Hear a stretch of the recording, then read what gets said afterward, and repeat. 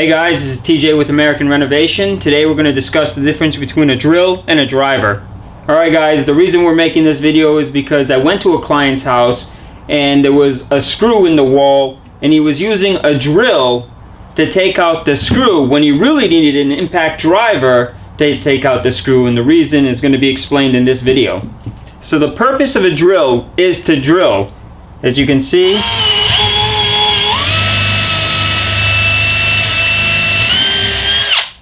that's the purpose of a drill. I'm going to go ahead and compare the drill to the impact. We're going to go ahead and use a 3-inch wood screw, and let's get started.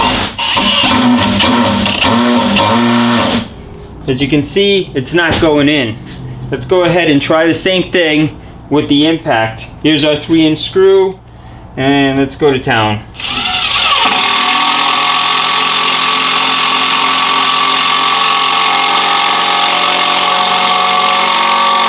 As you can see, it went straight in, no problem, no hesitation whatsoever. Let's see if we can get the other one inside too.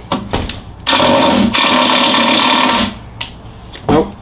The head of that is already damaged from the drill, so now we got a problem. Let's see if we can pull it out. Alright, it is hot, so be careful. So as you can tell, you definitely want to use an impact over a drill when it comes to pulling in and out screws. That wraps up our segment on impact versus drill. Thanks for tuning in. Don't forget to subscribe. Until next time, happy renovation.